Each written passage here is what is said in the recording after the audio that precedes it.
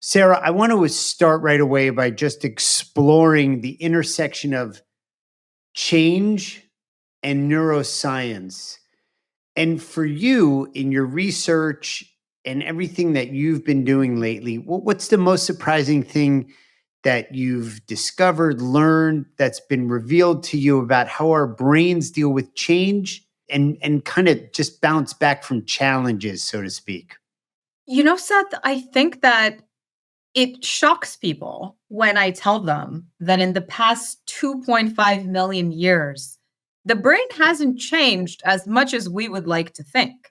And so we navigate the world as these evolved, brilliant human beings. Oh, we're so evolved. We're not animals. We can change and we can pivot.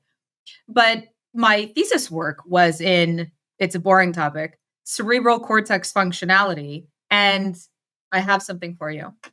This is a lovely little brain model. And so we like show and tell. Get it a little closer so all the nerds can nerd out. There we go. There we go. And so when we're looking at the brain, this part of the brain right here, it hasn't changed. 2.5 million years, still the same. Still the way it was when we were on the tundras and we were evolving and we really had to fight for our food. This part of the brain right here, that's the part of the brain that grew the most in that 2.5 million years. And the reason this is important, this part of your brain controls instincts, it controls emotion, it controls the memory. It's that fight or flight. This part of the brain helps you to navigate change.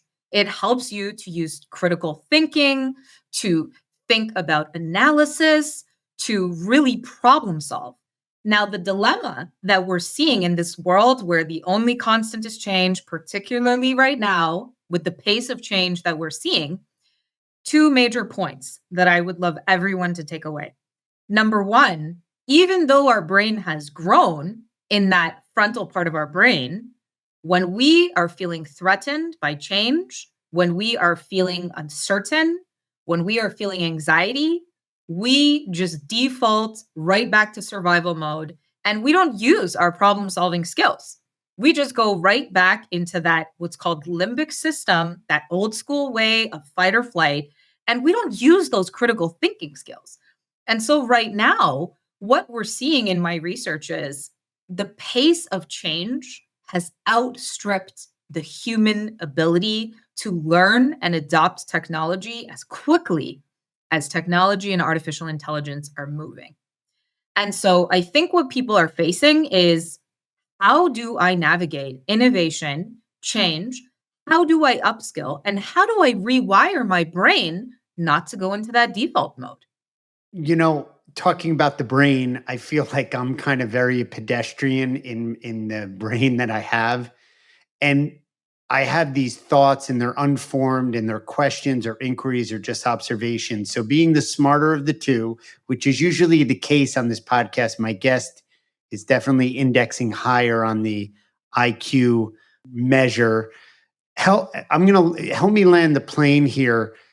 It was very interesting because when I was preparing, I had this thought about what you just said, and you said it so elegantly. The pace of life, or what we need to use our brains for, is outpacing where our brain has evolved to. Is that kind of in simple terms what you said? Something like that? It's excellent the way you've put it, Seth. I think people have seen technology change, but we haven't been training our brains to keep up with that pace of change. And so what we need to focus on is that next level of what I call neural evolution. How do I train my brain to keep up with AI, quantum computing? How do I prevent myself for when I encounter the unfamiliar, I don't go into this survival chaos, fear mode? And it is entirely possible for people to train their brains and to develop that. Here, we're going to do show and tell. Develop this part of your brain. We all have the potential to do that. It's just unlocking it and understanding it.